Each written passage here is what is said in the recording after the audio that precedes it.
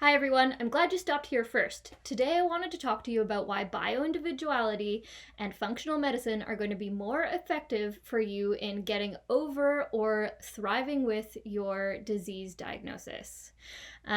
So if you are here already, likely you've realized that conventional medicine, that allopathic medicine has some downsides. So conventional medicine, the way it approaches disease is what we call naming, blaming, and taming. So they like to name your group of symptoms, say Hashimoto's for feeling fatigued and just kind of generally unwell.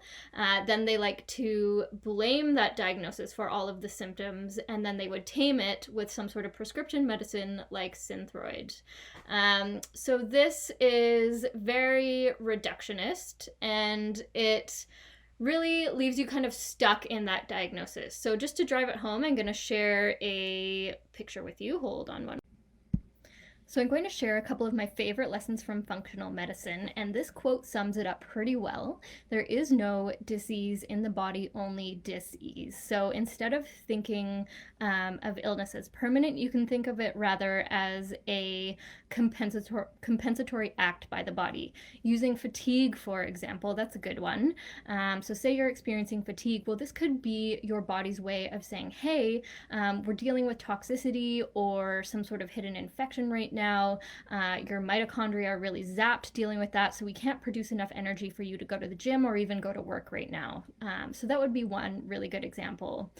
Something else to remember is that illness doesn't always come from your genes, so you're not always going to inherit illness from your parents or your grandparents.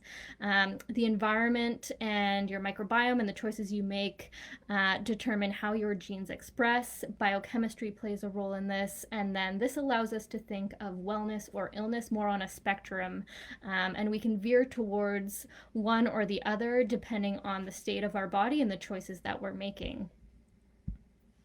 Slide number 2. So these are examples of different root causes that could be occurring for you. So this might include low oxygen, poor stress management, inability to detox properly. It might be to do with the way that your immune system is functioning. Maybe your immune system is on super high alert because of an infection, or maybe it's busying itself with allergies. What about the way that you generate and circulate energy? How do you nourish yourself, and how does your body receive that nourishment?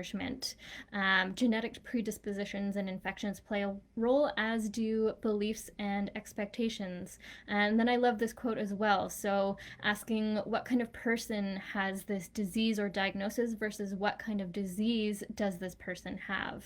So now I'm going to give you example number 2, and that is of myself. So have a look at this photo that I am sharing with you. Now, I'm not super proud of this photo, but I am proud of how far I've come since the taking of that photo.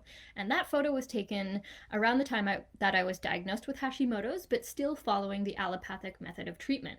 So you can see that my hair won't grow past my shoulders, I look really tired, my skin looks terrible, and I've got only one item of food on my plate because I was intolerant to basically everything. So according to allopathic medicine, we could blame my food intolerances, my fatigue, my hair, and my skin we could blame that all on the Hashimoto's. And what was the solution? The solution was to take Synthroid.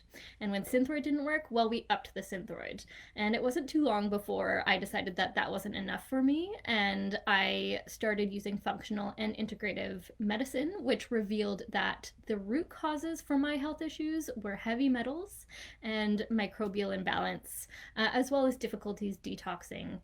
So it's really important that we always look at the client as an individual. We understand that there are interconnections between, say in this example, the gut, the hormones, specifically the thyroid hormones, toxins, ability to detox, and then also potentially genetics. So I hope you walk away from this video feeling empowered not to settle for the allopathic method of treatment, but to seek out a practitioner or to practice yourself functional and integrative medicine to really get to the bottom of your different root causes, peeling them away like an onion, so that you can also either thrive with your diagnosis or move beyond it. So that's it for today. I will see you next time.